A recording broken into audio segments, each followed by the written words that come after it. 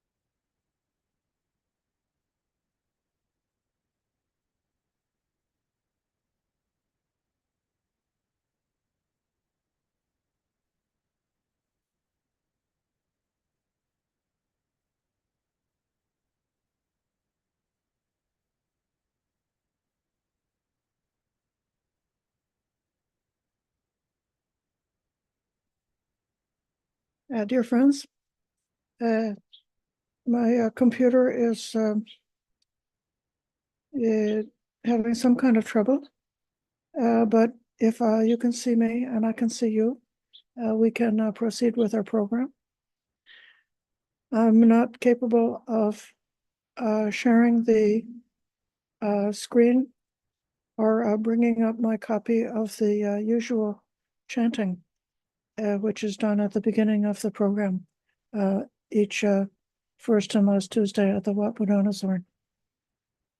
So we'll have to just do a standard brief chanting and reciting the 5 precepts for those people who are following the 5 precepts without the benefit of being able to look at the text on the little screen.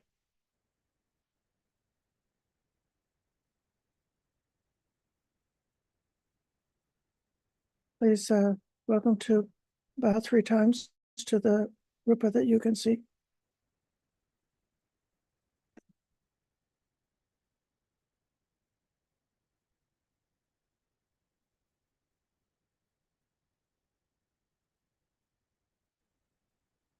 Yo so Bhagava Araham Samma Sambuddha Svakato Yena Bhagavata Dhamma Subharipanno Yassa Bhagavato Savakasam Maya Bhagavanta Sadham Sasanga Ime Hisakave Yata Raham Avite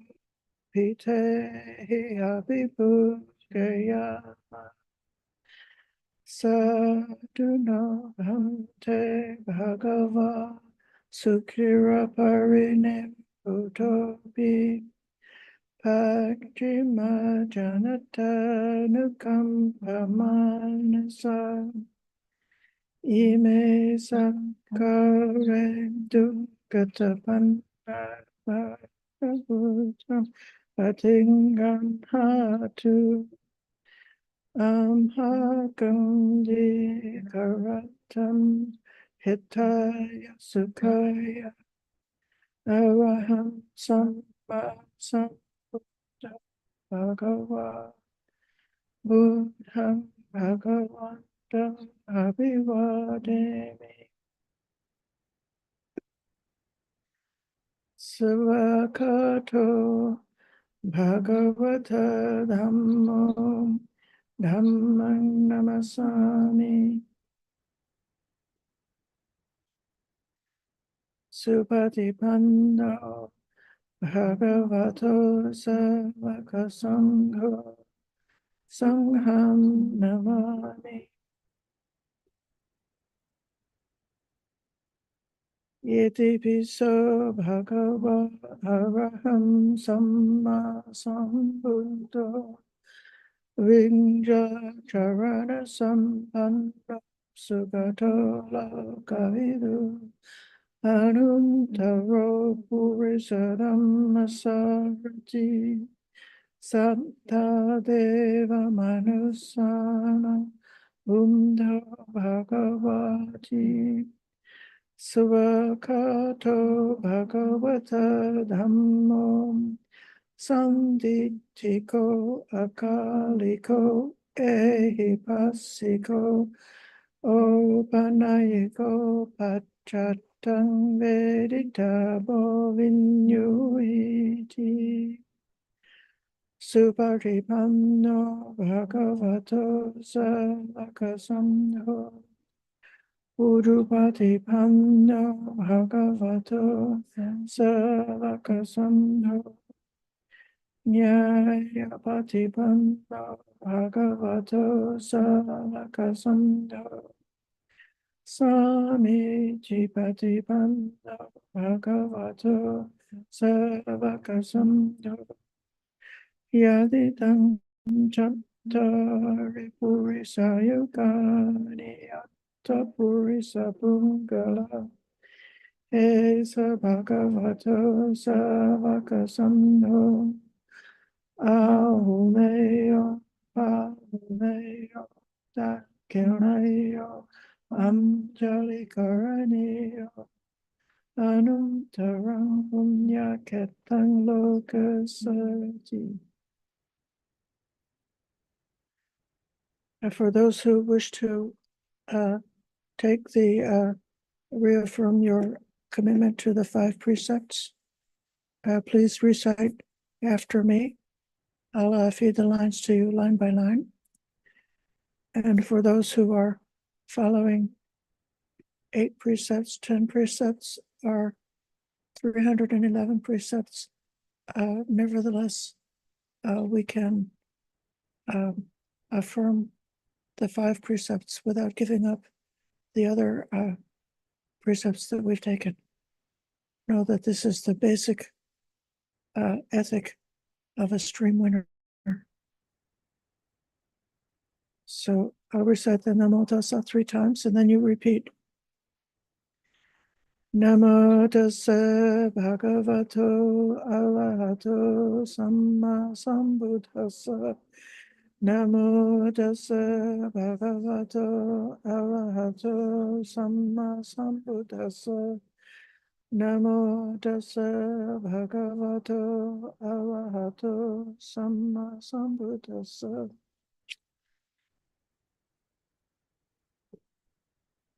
Namo Tassa Bhagavato Arahato Arahato Samma Sambuddhassa. Namo tassa bhagavato arahato samma sambuddhassa. Namo tassa bhagavato arahato samma sambuddhassa. Buddham saranam gacchami. Buddhang saranam gacchami.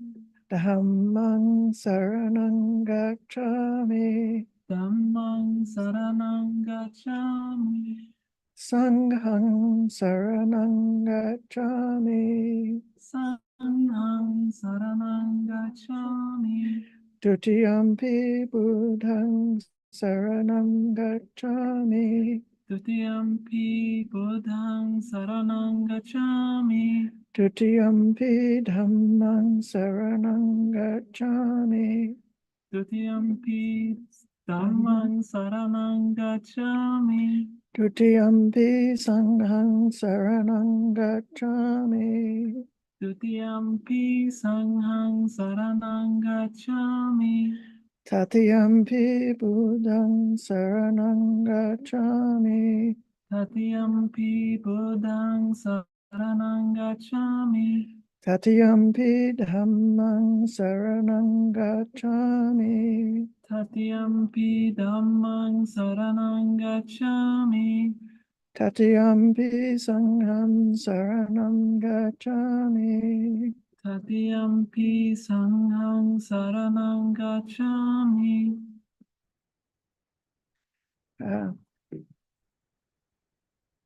Panatipata Veramani Sikkapadang Samadhiyami. Panatipala Veramani Sikkhapadang Samadhiyami. I undertake the precept not to kill. I undertake the precept not to kill. Adinnadana Veramani Sikkapadang Samadhiyami. Adinnadana Veramani Sikkhapadang Samadhiyami. I undertake the precept not to steal. I undertake the precept not to steal. Kame sumikchachara veramani sikkapadang samadhiyami. Kamesu Mitchachara Veramani Sikkhapadang Samadhiyami. I undertake the precept not to commit sexual misconduct. I undertake the precept not to commit sexual misconduct. Musavada veramani sikkapadang samadhiyami. Musavada Veramani Sikkhapadang Samadhiyami. I undertake the precept not to lie. I undertake the precept not to lie.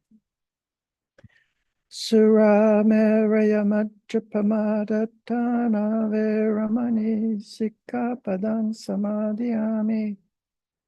Sura Meraya Meraya majjapamadhatthana Majjapamadhatthana Veramani Sikkhapadang Samadhiyami. I undertake the precept to refrain from drinks and drugs leading to carelessness. Silena sugatim yanti, silena bhoga sampada, silena niputim yanti, tasma silang disodaye. These are the 5 precepts.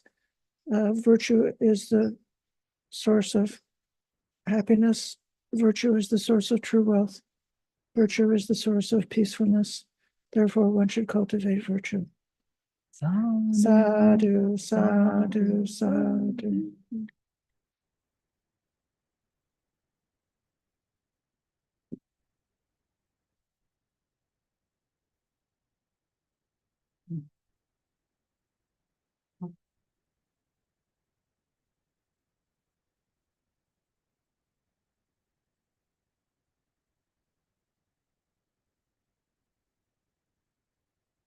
I'm welcoming everybody to this special Tuesday program.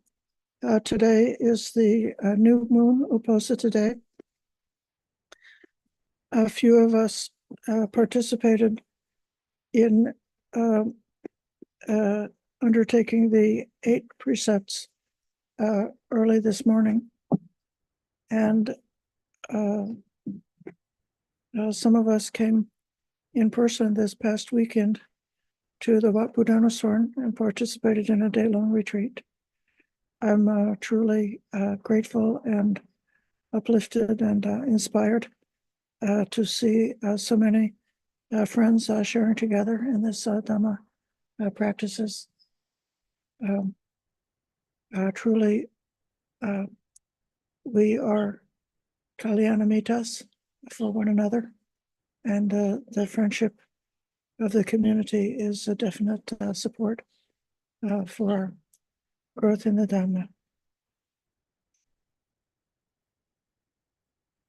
This is the time now for meditation. And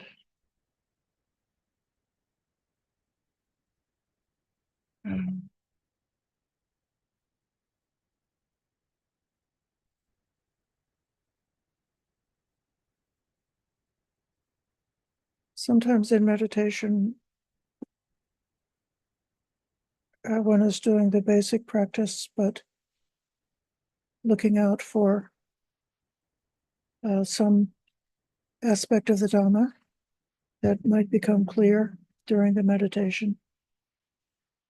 And I'd like to suggest impermanence as something that can be noticed during meditation. So the sensations, the phenomenon that you're directing your mind to, when there's a contact with the senses, a feeling arises, one can notice that. And then when that contact is finished, the feeling goes away. Every breath is different from the next one. Every breath is different at the beginning, the middle, and the end. There are millions of moments, even in a single breath. So many different fleeting moments that can be noticed as they stream by. So I'd like to encourage during this meditation to see if we can make our awareness very bright, to notice that many moments as they arise and flicker and pass by.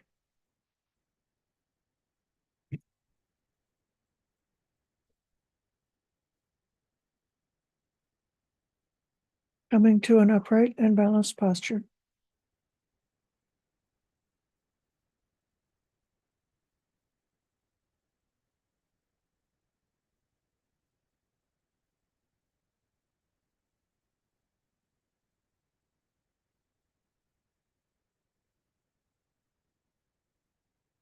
Letting go of any thoughts about what happened earlier today or what might happen later.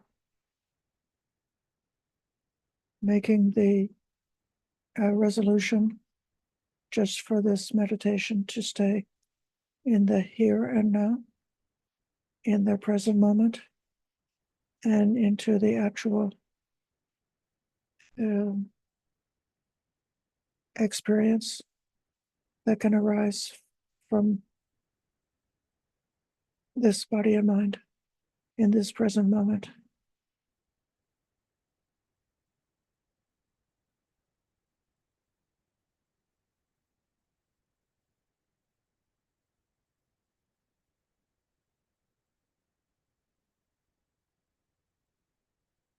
Making the posture of the body upright.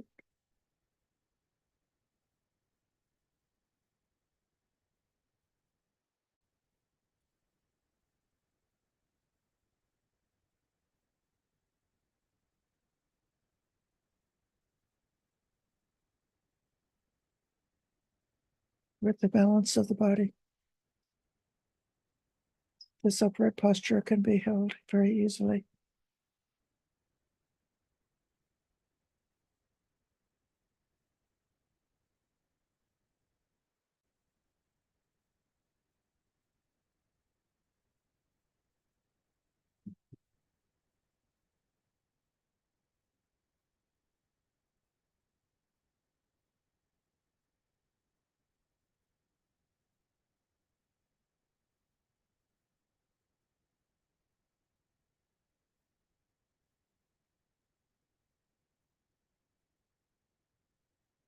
of the sensations, starting at the top of the head,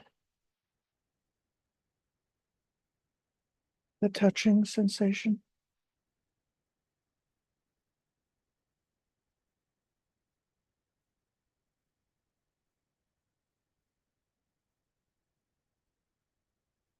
Relaxing the top of the head.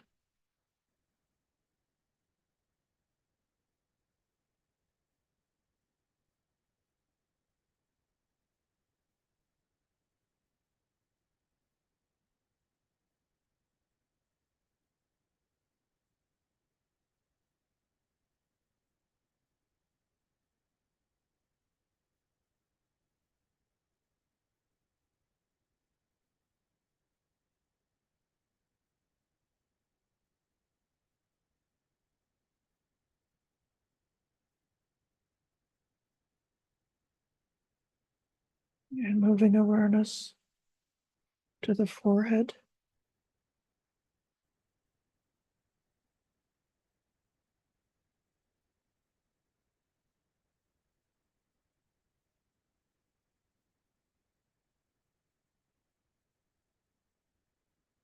relaxing.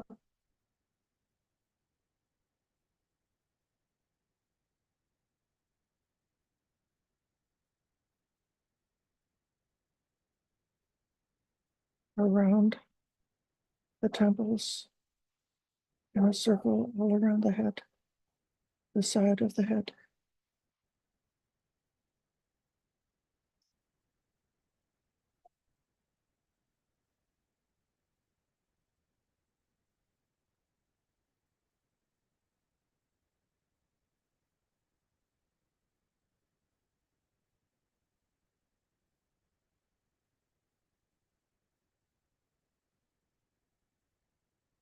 Aware of the eye sockets,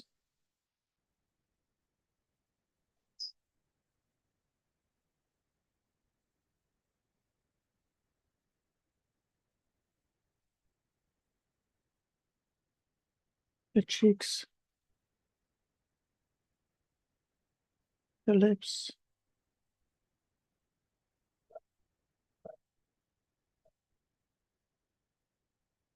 the jaw,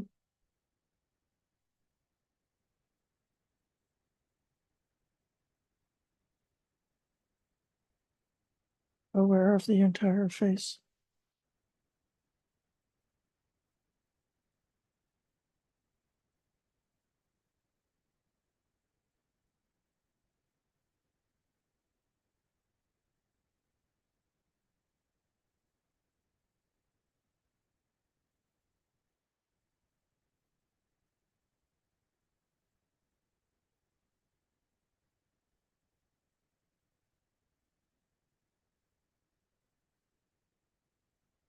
Aware of the neck,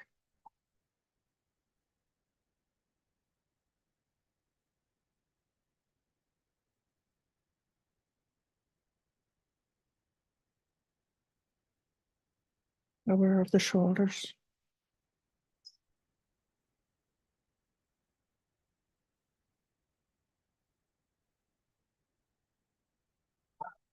aware of the arms,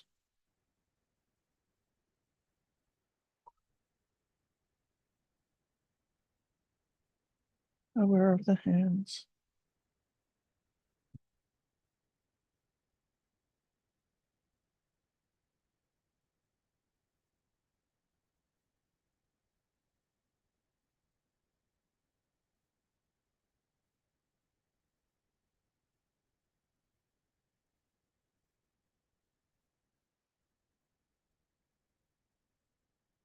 aware of the upper part of the chest,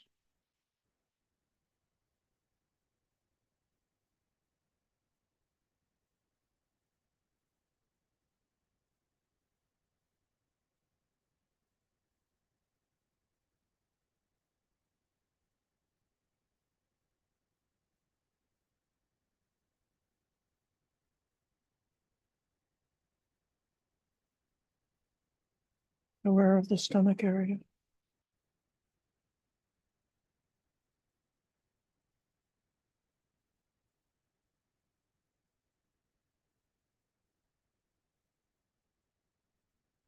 aware of the belly,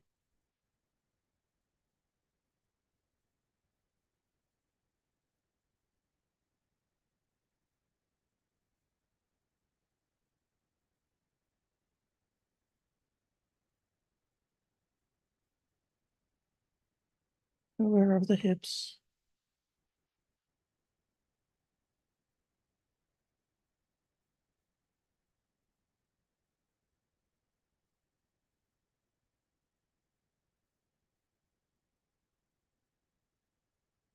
aware of the upper legs,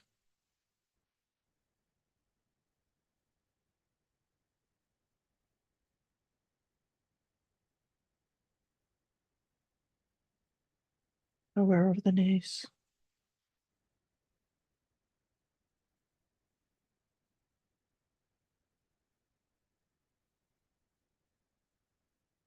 aware of the lower legs,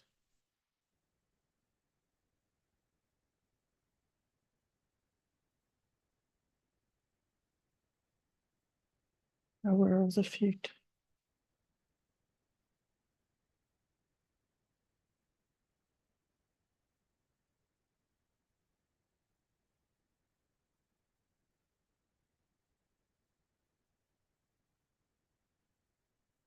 aware of the entire front of the body,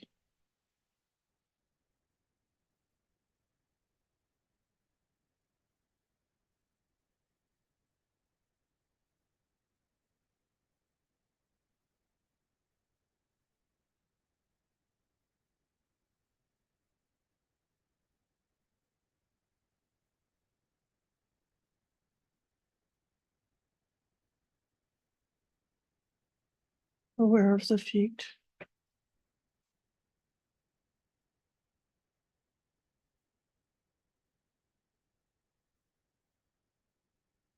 aware of the legs,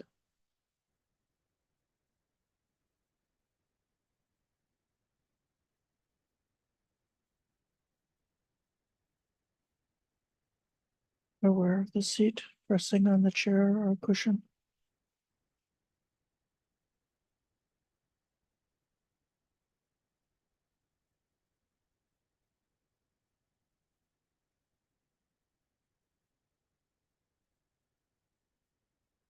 aware of the lower back,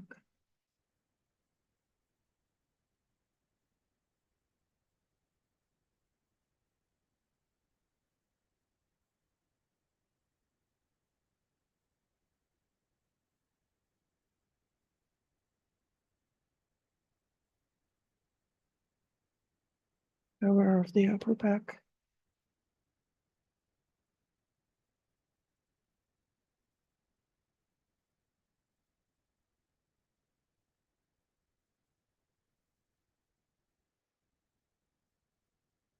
aware of the back of the head,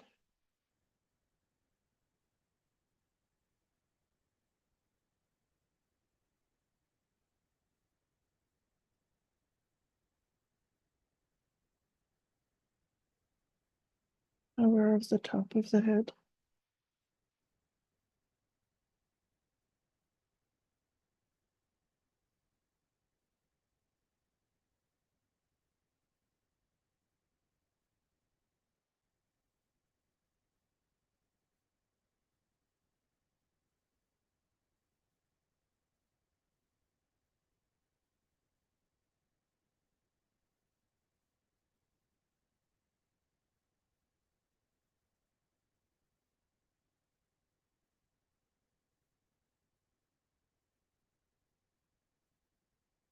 and continuing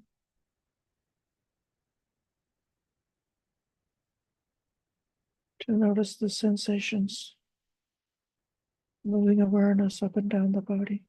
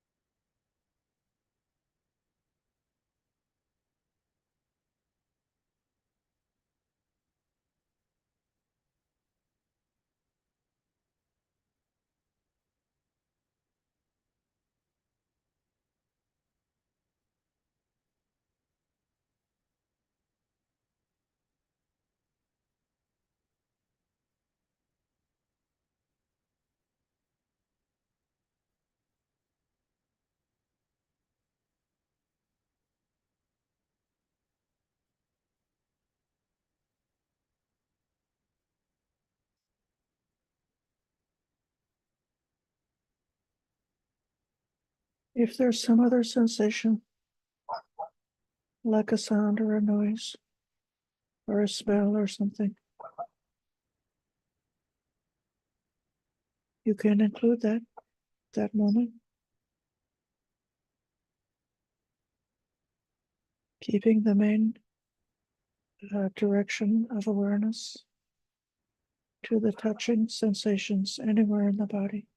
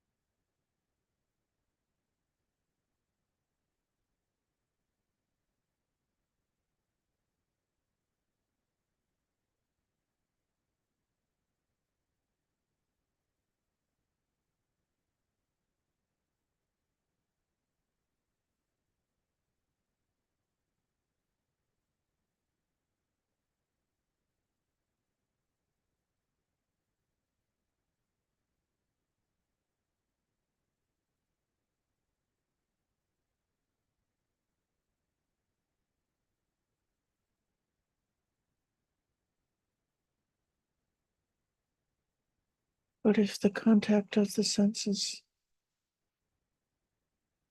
is tiresome and the breath is clear,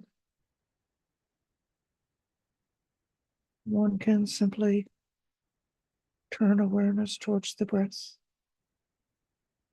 and let it rest there.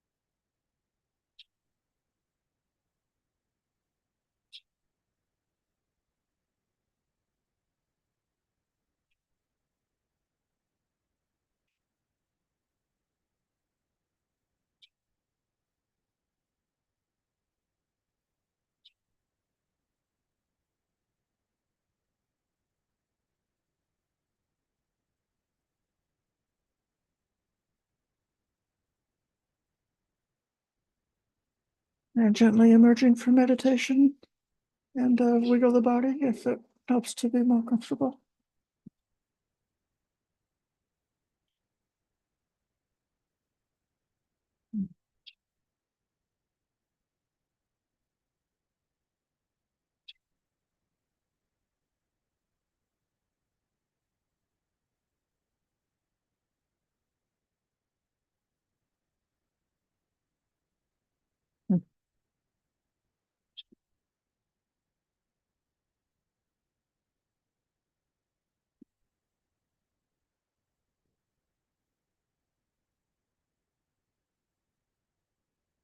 Interesting. So, dear friends, the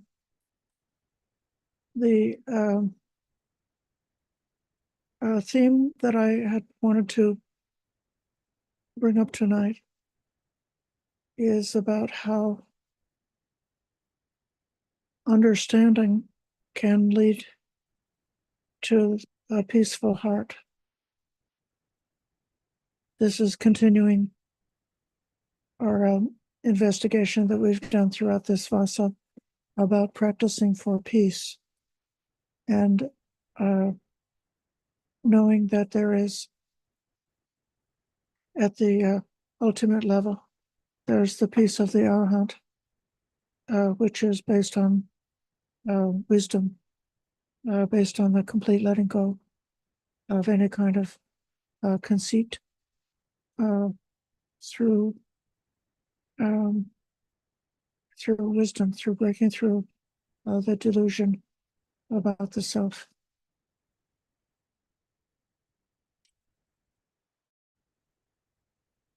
The connection between the guided meditation that I suggested at the beginning and this ultimate wisdom is that in the Dhatu Vibhanga Sutta, or the Sutta on the exposition of the elements, number 140 in the Middle Length Discourses, when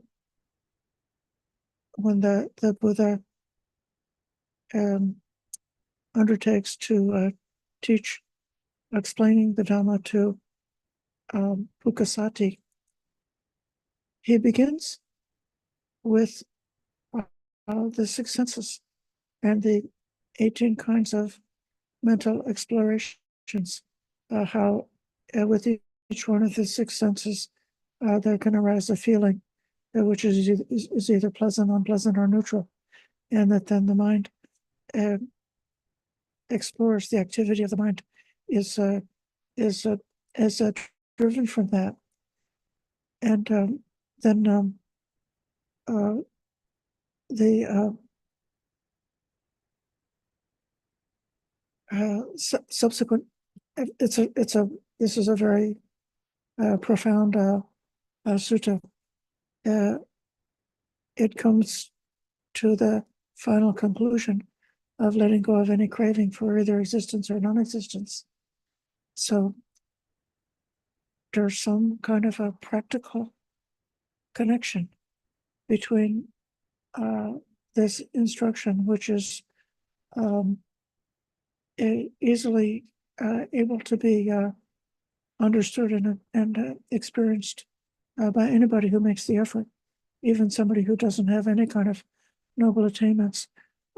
They can notice that there's a contact with the senses, and that with that contact with the senses, there's a feeling that arises, and then all of the diversity of this great, beautiful world, so with such a variety of all of the things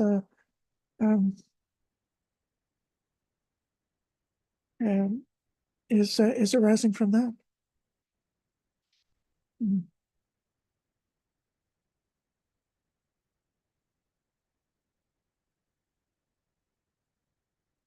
And my reflection about how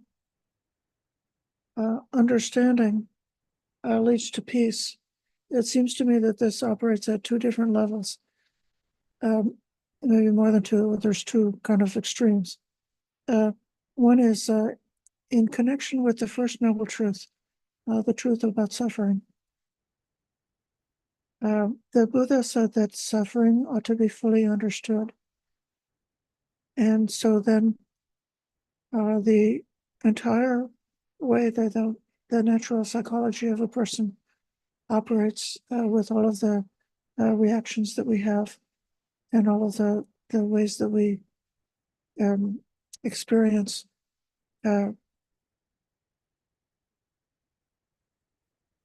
our sorrow, lamentation, pain, grief, and despair resulting from all of the things that we encounter, the disappointments, being separated from what we love, or being together with what we hate, or not getting what we wish for, or being subjected to the foibles of, or the difficulties of having the human body, which is continuously falling apart. That if we didn't have any wisdom, the normal operation, I think, of a person or of a sentient being would be to try to, if there's something unpleasant, to take care of it. So if something unpleasant arises, we've got to do something about it. So the whole, fight or flight, either we run away from something that's unpleasant, or else we try to change it or fix it up or make it to be better so that it's not going to be displeasing to us anymore. Or it could be, I think there's a third option, which is to freeze. And so a person could maybe withdraw into some type of a state of depression, which is also, in a way, like doing something when confronted by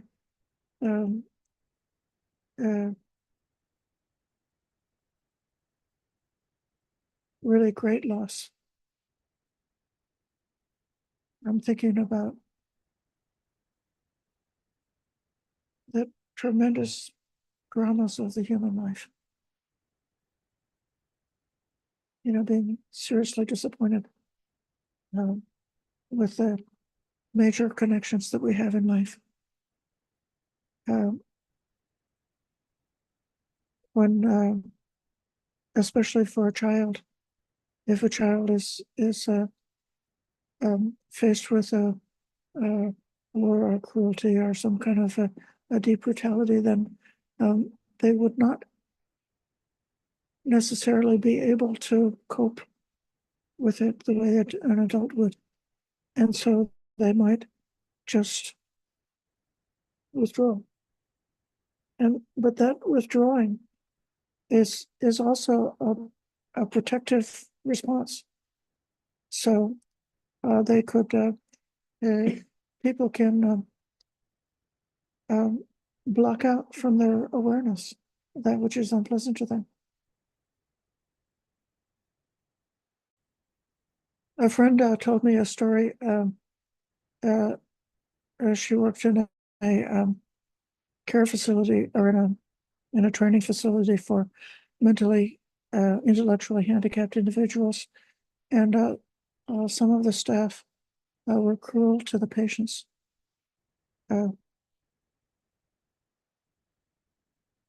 She remembered an incident where one of the staff members teased a mentally disabled patient until the patient lost their temper and became emotional. And then that evil worker restrained the patient and got them down on the floor and, put them in that posture. And my friend saw there was another one of the staff there that was a witness to this thing going on. And she could see in the eyes of this other person the horror of what had happened. And then it was like the shutter closed and he stopped seeing it. And then afterwards, my friend wanted to file a protest. And she said, "Well, did you see that?" And I said, "I didn't see anything." So, like the mind, when the mind encounters what's really terrible, it's able to shut down and not see anything. That's one of the ways to react. Or another way to react is to, proactively, constructively try to fix whatever is wrong, whatever is causing the suffering, or to get into a fight about it, or to try to get away from a circumstance, take a geographical cure, and say, well, the situation I'm in is unbearable, so let me go leave the situation and go someplace else, which it could be that you put your own psychology, your own mind into the suitcase and carry it with you, and so when you unpack at the new venue, you still have all the same problems as before. But if one is undertaking to practice with the first noble truth, that dukkha should be understood, then you would deeply investigate your own response to the situations that seem to be causing dukkha, how it's manifesting in body, what goes on with the mind, how the stories get fabricated, how the reactions get stirred up and escalated, how the memories become encapsulated in the mind so that they possibly could be brought up again and again and become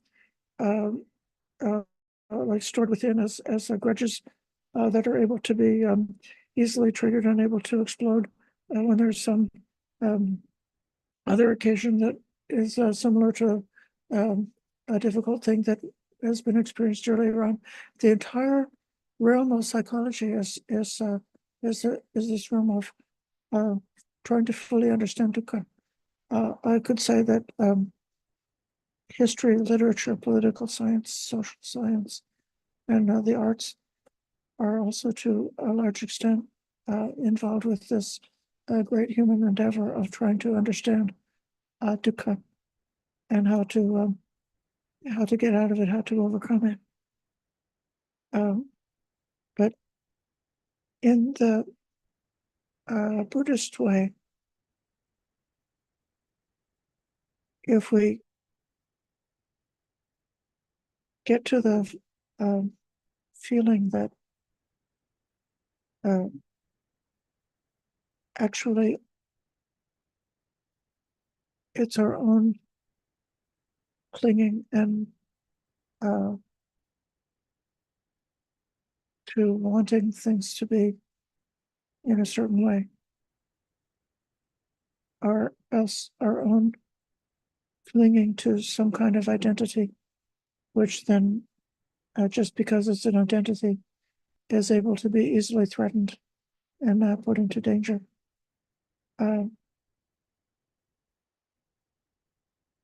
Or even understanding how this whole sort of the nature of our human existence and how pervasive dukkha is in samsara, that like there's no escape in the cycle of, in the round of rebirth. The dukkha is everywhere. That then there comes to be a moment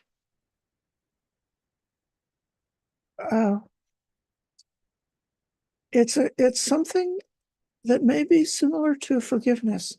There's a moment where the heart cracks, or the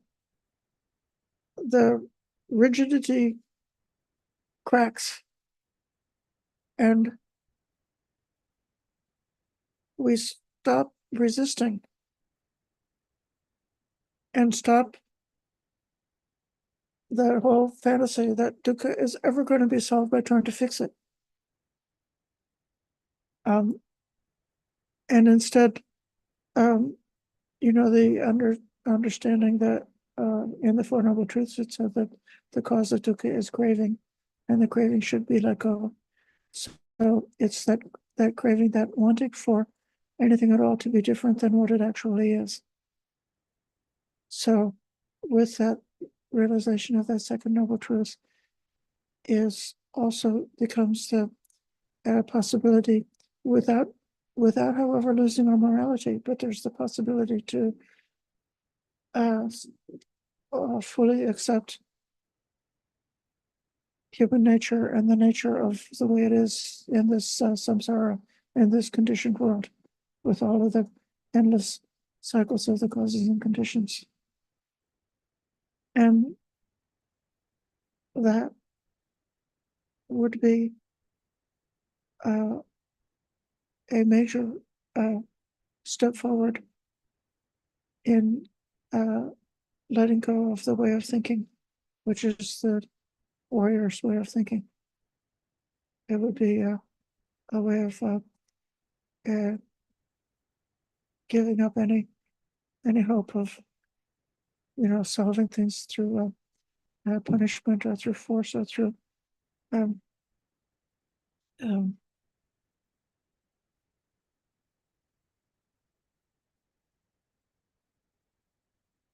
acting out with aversion in a way that normally I think one of the aversion or hatred is that's a social emotion, isn't it? So if somebody did something wrong, and if I could give them a big frown and give them a evil, hateful expression, then a normal person, they might just withdraw and like stop doing whatever the thing they were doing. And so anger is like it is a powerful thing that makes us is a way that people control one another or influence one another, although it's also counterproductive in so many ways. And we don't I really believe that anger is a very effective style of leadership in the end. But it's part of the picture.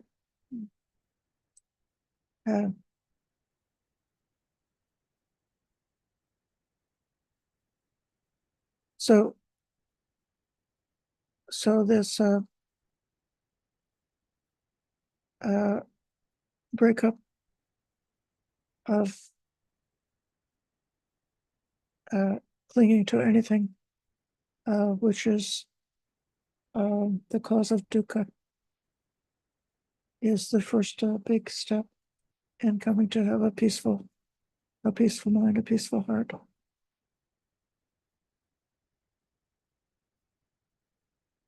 In the Thai tradition of the morning chanting, they recite a section that's very similar to what's given in the Dhammacakkappavattana Sutta and several other places about just the definition of dukkha.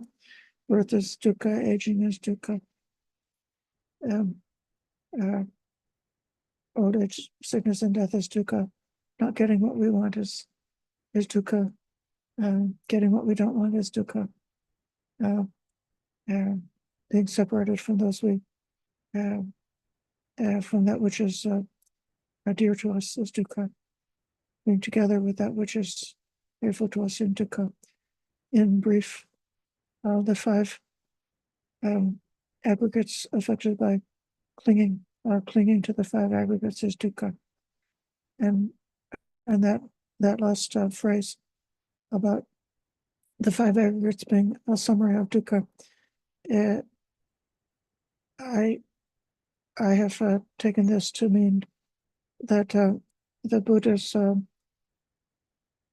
a summary of what I could say the brief outline of abnormal psychology is the five aggregates. And so then if one really investigates the five aggregates and how they work, how they operate, how they work together when clung to, when believed in, how they operate to stir up the reactivity uh, uh, and create the self-delusion is created by the reactivity around the five aggregates, and then it builds up. It becomes what the Buddha calls acquisitions. So the different ideas, the things we identify with, become acquired and added to. In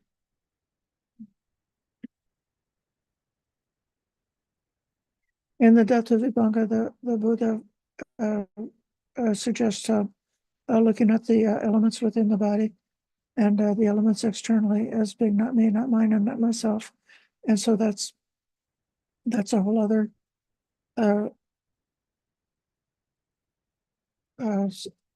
framework for understanding.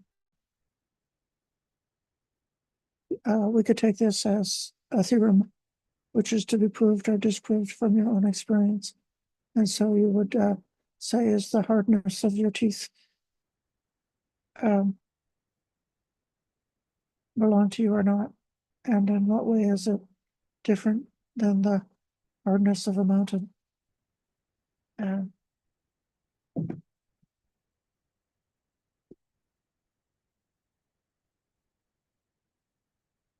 finally, in that sutta, coming to consciousness itself, seeing how the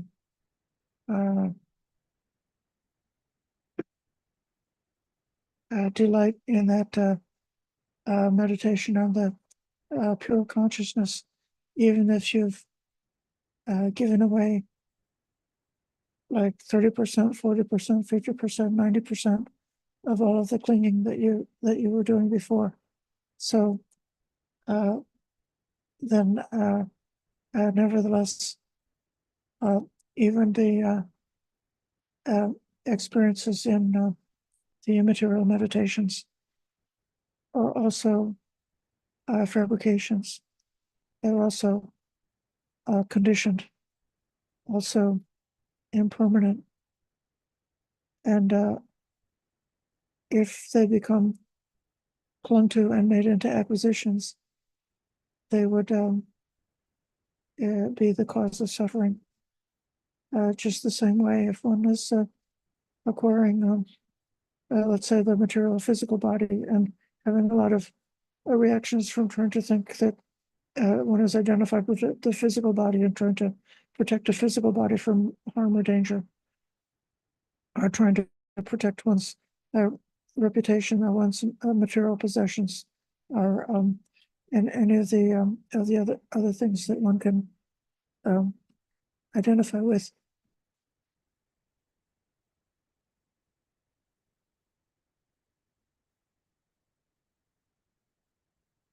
In the end, in that sutta, the emphasis is on very much on the conceit. Well, the conceit, I am, or the conceit, this is mine, that the body is mine, or that the elements are mine, or like the meditation is mine. This whole process of making whatever we experience into an acquisition and internalizing it and identifying with it. In the end, in that sutta, the Buddha emphasizes about how the thought I am is a conceiving, or the thought I shall be is a conceiving, the thought I shall not be is a conceiving, and that in the end, as long as there's any kind of conceiving at all, we still have not come all the way home to become safe from disturbance, to become safe from dukkha.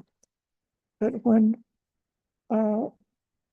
those notions are let go of, then it's possible, isn't it, to have a mind that doesn't cling to anything whatsoever, and not clinging to anything whatsoever. Then there's nothing to be disturbed about. And then in that case, if it's been realized in a way which is irreversible, then you've got a peaceful nature, which is unshakable.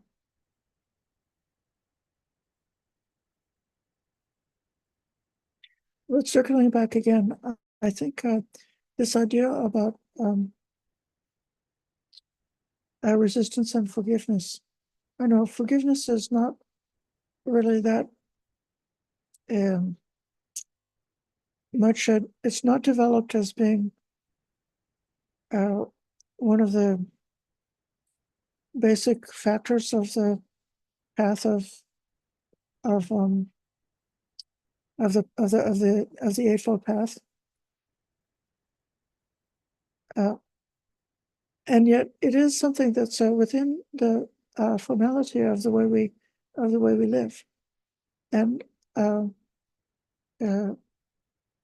it's a letting go of being disturbed every day in the evening.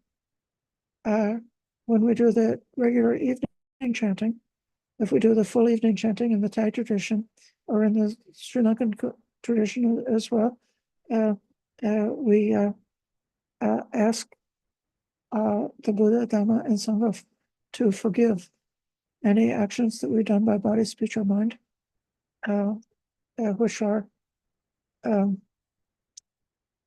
against the Buddha, Dhamma, or Sangha. We ask forgiveness. And within the interactions that we have within the monastery, there's a kind of like a formal statement of apology, which is just any action I've done by body, speech, or mind that should be forgiven.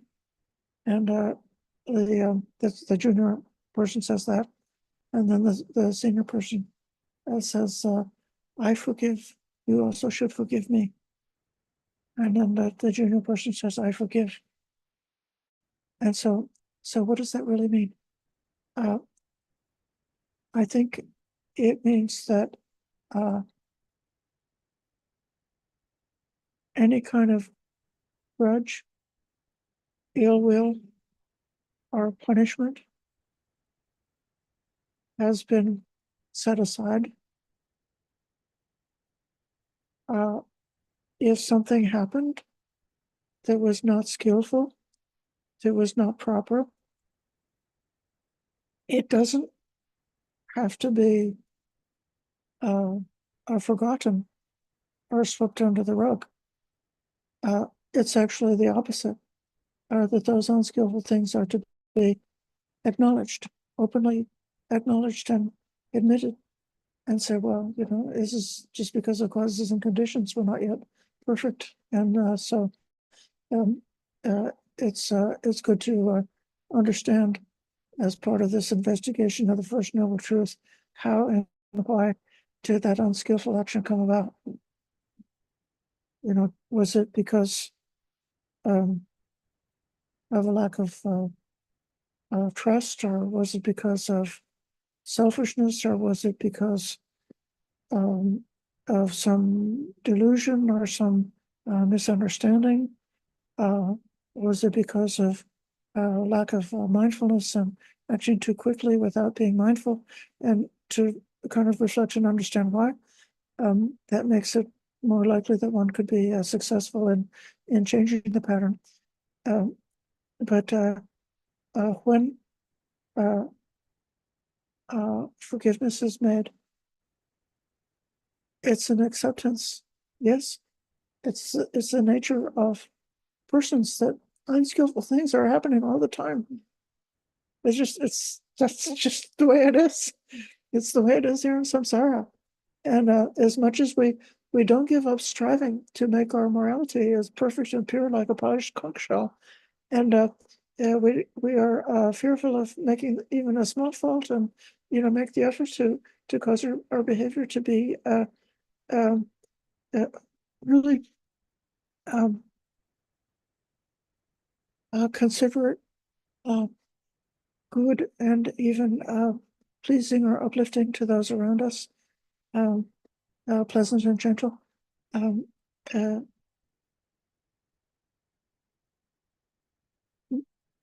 and we fully accept all of the imperfections and all of the negativities that exist in the world because of causes and conditions. So that's what's happening at that practical level. And it seems like as we go along through this path of wisdom, and we discover within ourselves what the formations are, what the habits of the mind are, which are perpetuating our suffering, that they can't be um, destroyed through just being rejected, that they have to be somehow fully acknowledged. There has to be that kind of uh,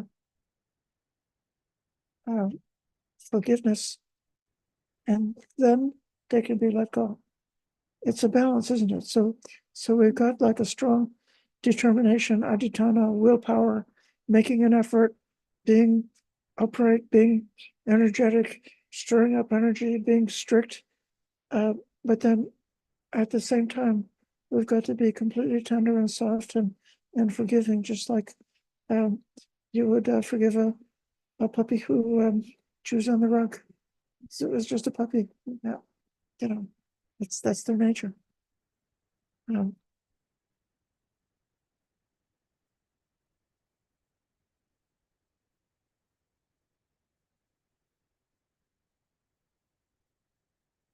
at this ultimate level, uh, the subtle levels of conceiving are the subtle levels of conceit that we possess that are holding us back from being able to awaken to the our full bliss and true happiness of the noble path that's given by the Buddha.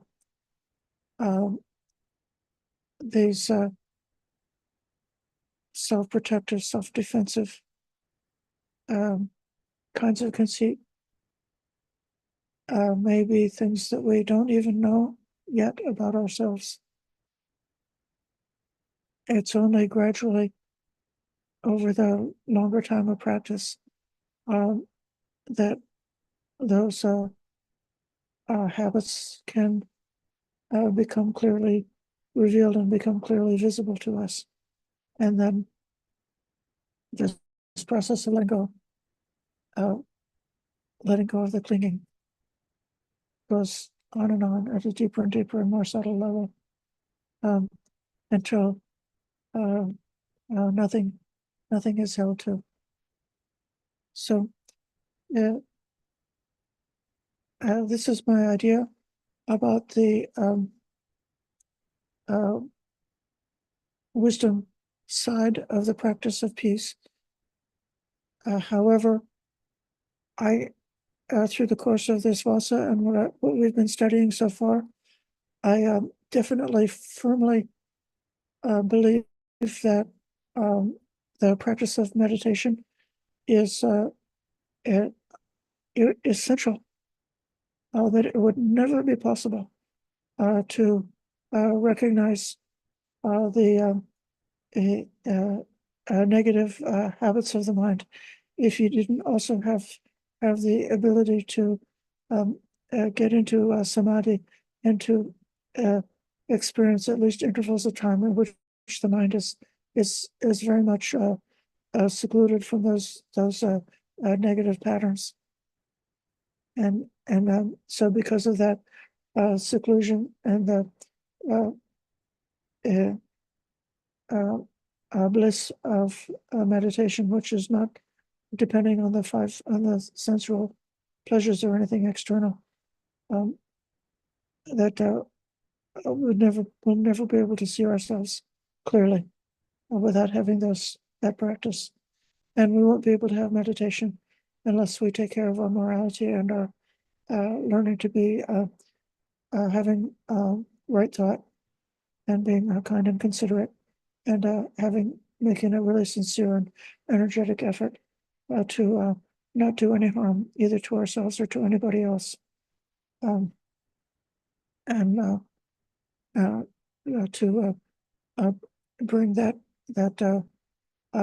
right thought of non-harming, and to bring that ethics up to a mature level. So that's how those three parts of the path of practice are all involved in this practicing for peace.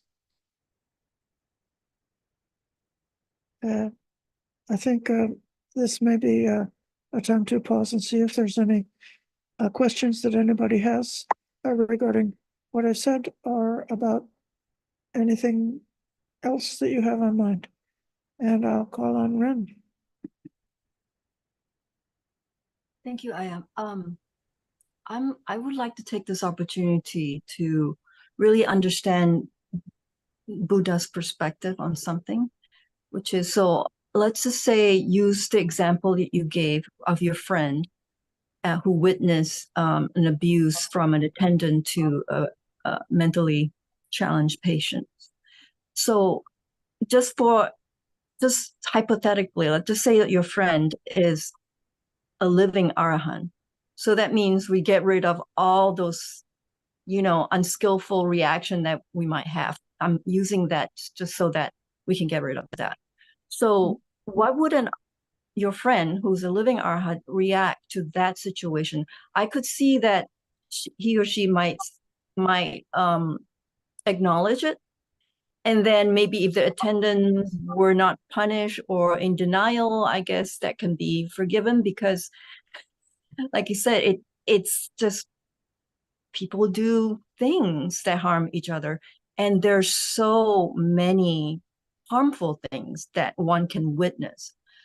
And what I'm getting at is, where does it end, right? So would your friend address that situation right in front of her?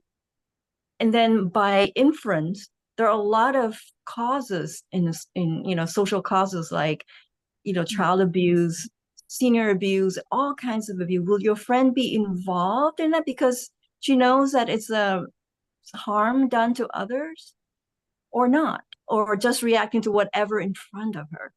I really would like to understand Buddha's perspective on that. Well, if my friend were an arahant, let's say hypothetically, if there's a living Buddha around, she would have made a report to the Buddha. This is like going to the front office, and then the Buddha would have called that attendant who had done that evil deed, and said, did you do this? And then the Buddha, or you could say an arahant, would teach them to bring them out of that wrong thinking perspective, and to bring them to a right form. If we think that this facility is being operated like a sangha, then a person who is acting wrongly, who is not able to acknowledge their fault and not able to make amends, that person, there would be a meeting of the Sangha for a dispute resolution. And if the person doesn't see that, if they have a fault and they won't acknowledge it, that person could be excluded. So that would mean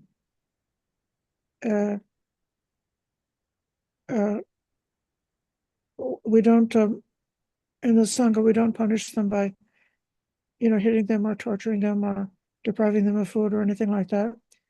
But to be in Manata, that's one of the most serious punishments.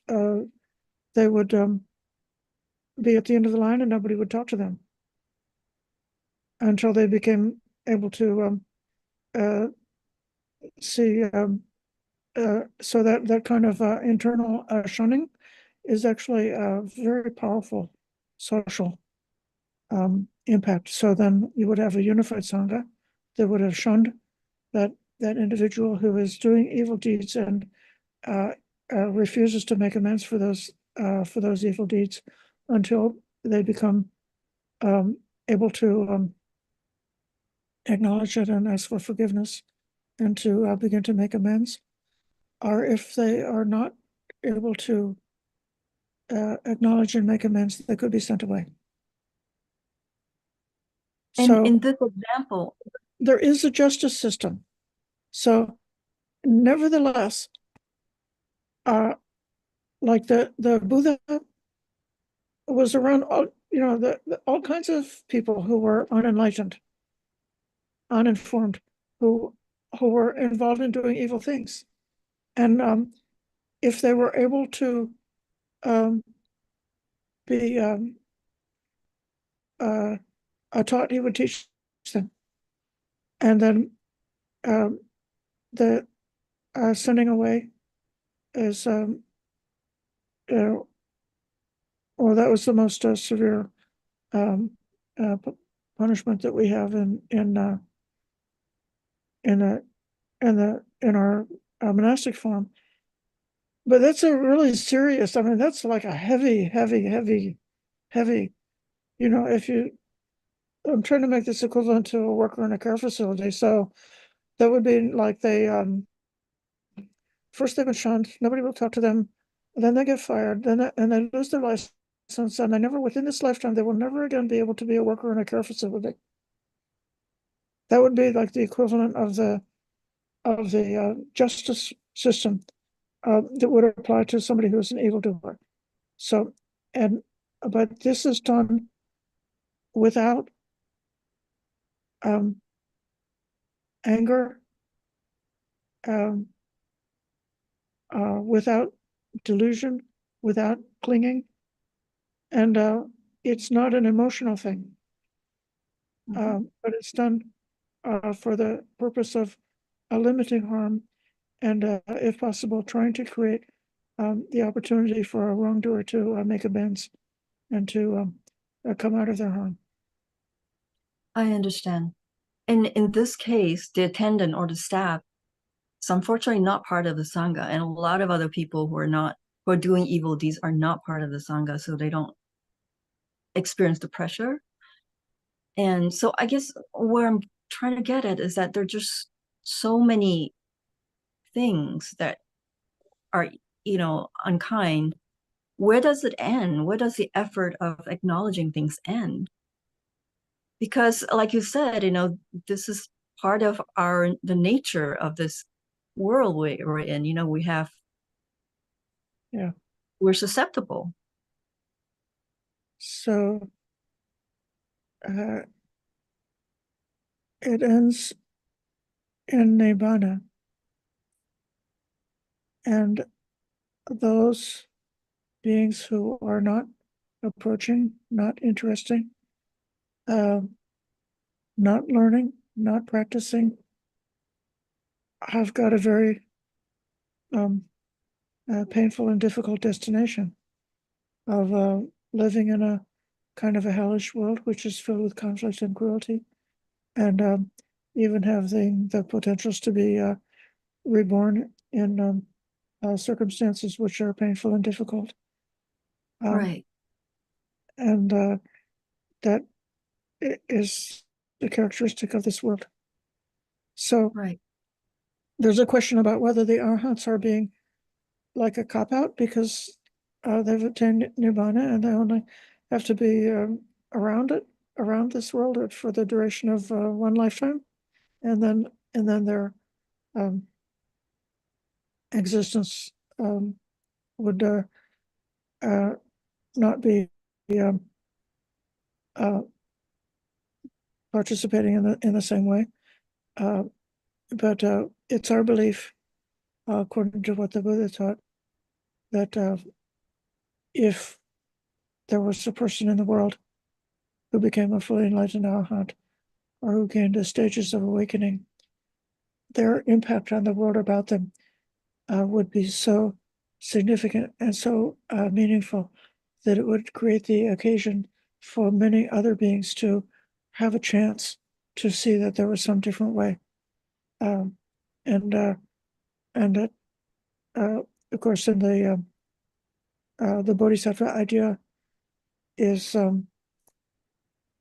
this idea of rescuing all beings from samsara. That's not quite enunciated in the same way in the Theravada tradition, but somebody who has got that call for that boundless compassion for all beings, including the ones who are involved in evil and hatred and suffering. That it is a kind of a practice. So cultivating compassion, meditating with compassion about people like that is a very good practice. Yeah. So then, would it be fair to say that an arahant would not necessarily take on social causes unless it's something that happened right in front of them, right? And I don't have any problem with that, because personally I feel like, yeah, and isn't that the nature of human being to be, and then it just will never end.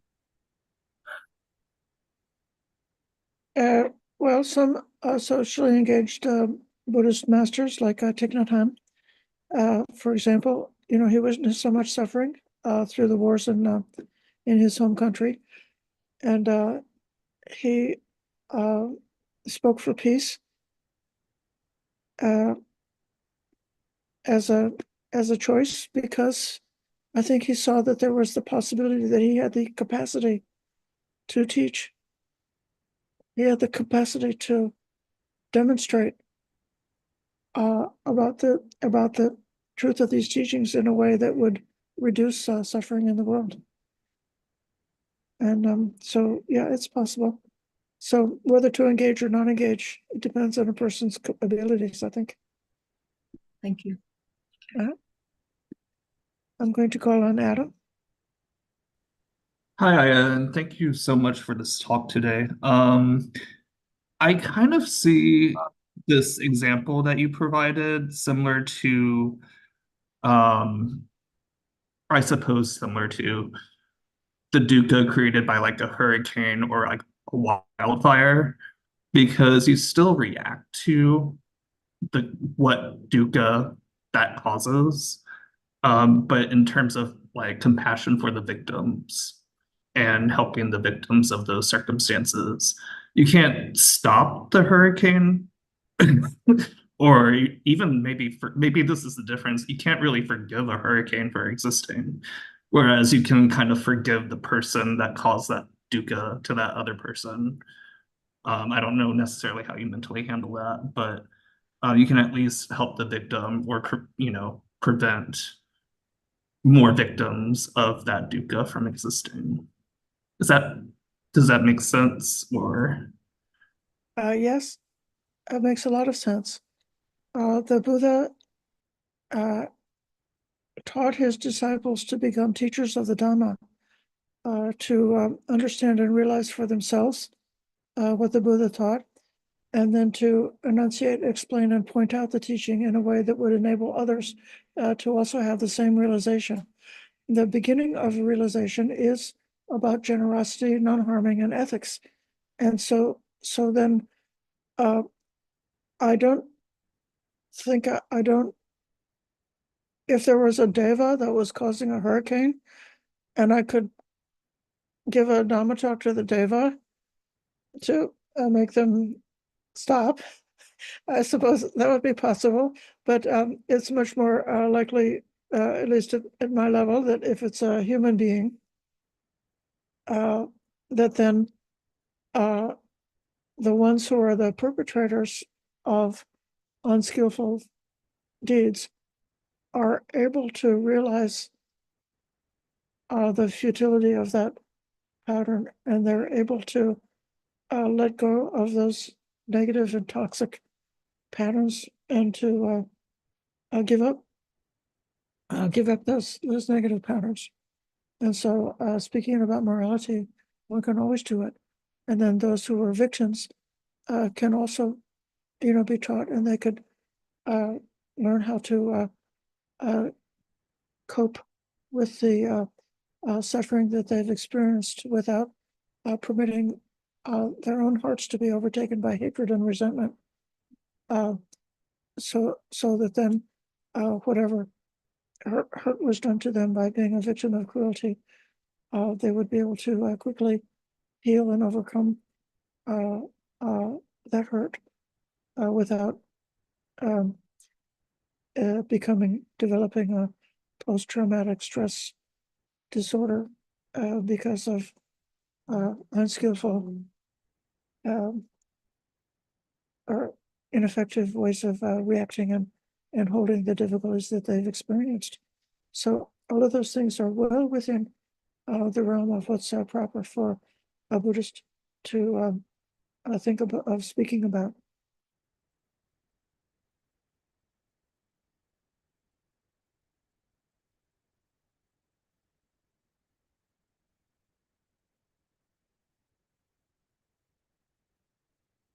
Richard.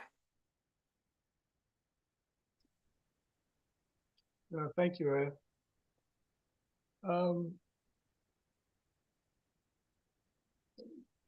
This is a little off topic, but you did say that we could talk about something else when you invited questions. I had a really amazing experience at the day long that you did at the Fremont Wat. When it came to be lunchtime, for a number of reasons, even though I got up very early that morning with the idea of buying some food on the way and getting there even early, but unfortunately some things interfered with that, and I actually ended up being slightly late, and I had no time to buy food. So I waited for everyone else to get in line and get food. At least I thought everyone had done that. And then I got in line at the end because I didn't think it was fair, since I didn't bring anything, for me to try to rush to the front of the line or anything. But as I got in line, Shari came up behind me. I guess she hadn't gotten in line yet. And, so I know Shari for a long time. So we started talking, and we got our food. And when we got our food, we went to look for a place to sit. And because we were last, initially it didn't seem like there was any table space or anything available.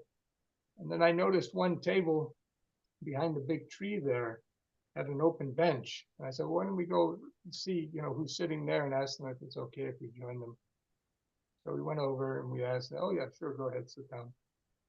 And so I was having a conversation with Shari about Dharma. I don't remember exactly what it was. I think it was about how different people translate different ajahns and bhikkhus and scholars, and how they disagree about translating certain words and things like that. And therefore, it can be a little difficult to understand, what Buddha is really saying in any particular place in the suttas. Because a lot of times these disagreements are over major ideas. And so we were eating, and Shari finished eating, and I think she was somewhat involved in arranging the situation. She says, oh, I have to go. I have to take care of something. And at the table across from me, there was for me, a young woman. She wasn't young, but compared to my age, she was a young woman. And I guess she had overheard our conversation, and she began to talk with me. And so we began to discuss Dharma a little bit. And at a certain point, she said, "Oh," she started to relate to me an experience she had while listening to a Dharma talk by Tanisaro or Tanisaro. I'm not sure exactly how to pronounce it. I don't know if he calls himself Bhikkhu or Ajahn. I'm not sure, but she said that suddenly something clicked in her mind while she was listening to this talk, and she had a tremendous penetration of the Dharma, and it led her to a very high state of attainment. And I asked her about some questions, and in my mind, it seemed like she experienced going into the formless realms. And so we began to talk a little bit, and I started to inquire from her certain questions and things and ask her various things. And then based on her answers, at a certain point, I said, so, are you a Sotapan? Are you a hearing enterer? And I could see her pause her mind for a second, like reflecting, oh, how should I answer this question? And then she said in the affirmative, yes. And I said, that's good that you answered that way, because that's what I thought, based on our discussion of the Dharma and based on your experiences, that you have attained Sotapan. So for me, that was a very wonderful experience, because I'd never met anyone in all these years who was able to see the Dharma in such a way that they were able to affirm that they were Sotapan. Now, unfortunately, monastics, by the rules and regulations, are not allowed to tell lay people. So I may be meeting Sotapan monastics all the time and not know it. Okay. And I usually don't spend enough time with them or discuss things enough that I could maybe, speculate on the matter. Although I do speculate about a couple of monastics, possibly even Ajahn Sumedho, I think, may have attained arahantship just based on, and it's not because other people have said that. The first time I didn't know who he was, and his lecture popped up one time in my YouTube feed. And I thought, oh, I like the title. A lot of times I'll listen to Buddhist lectures based on the title. I said, oh, that title's kind of interesting. I wonder what he has to say. And as I was listening to him talk, I remember jumping up and running to the next room, telling my wife, hey, I think there's an arahant. I think I've discovered an arahant here on the TV now, YouTube, I mean. So anyways, I just think it might be interesting for people here listening to know that there are people who are really having some amazing attainments, in relationship with the Dharma. That it's not just all, talk and discussing, things like this discussion, like morality. How should people, react on certain levels of morality or something like that. But there's these, I don't know how you, mystical or transcendental type experiences that people are actually experiencing through their practice of the Dhamma and through their meditation and things like that.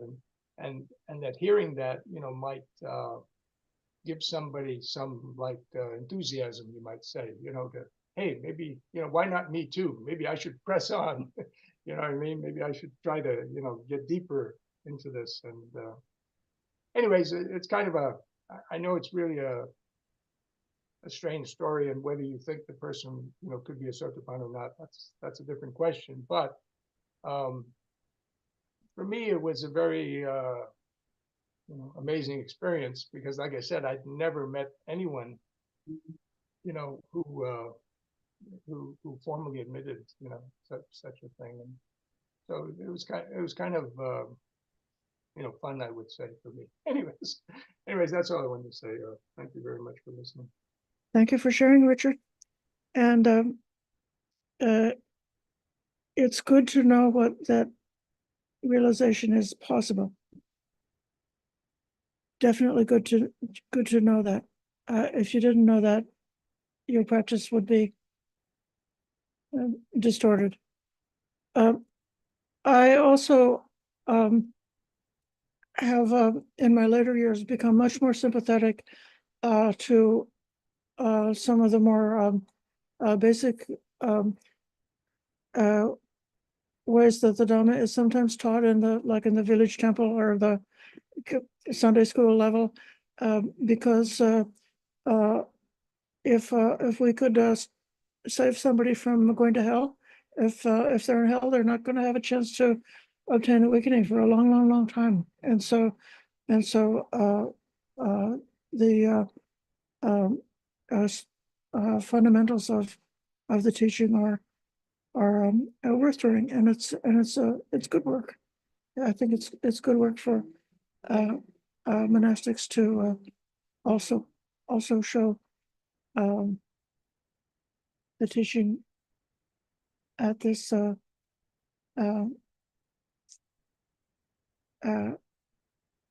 level that would at least keep people in a place where they've got a chance to be able to hear and comprehend the true depths of the Dhamma. I'm going to call in Maisie, and then you'll be the last one for tonight. I just want to share what caught my attention for the talk today is understanding the first noble truth. So I realized that it's beyond contemplation. One has to be really willing to go through the most intense suffering one has in its karmic stream to really understand it and to see it through. It's not just merely reflecting on it, because I realized that many times when I've reflected on a lot of aversion, fear, and I thought that okay, but it's not true until you really have to go through the entire fear itself. And also the secondary emotions, that is really important here. The secondary emotions to the, for example, fear, such as I had this realization lately that, I mean, I understood that I am but a thought, but I went deeper, as in I realized that in wanting to reflect away fear and anxiety, that reflection itself is a consciousness. Mhm. And consciousness cannot reflect away another consciousness because they're both impermanent. So I just wanted to share that. Right. Thank you very much. It's nice to see you and nice to hear from you. And it's certainly true that it takes courage. That work with the First Noble Truth takes a lot of courage. We can close by giving respect to the Triple Gem.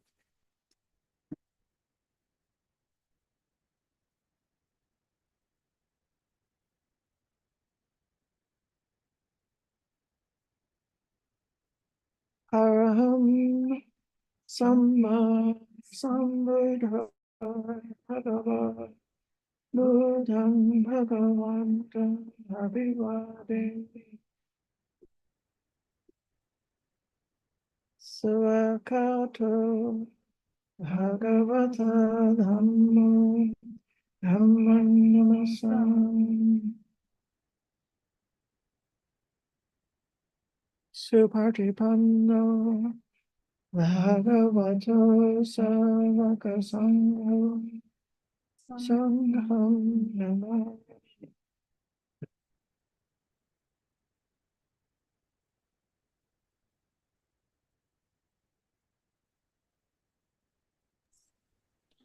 Thank you, Ayya, for the lesson.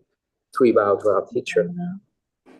Sabe Buddha Bhagavata Bhajaganata Good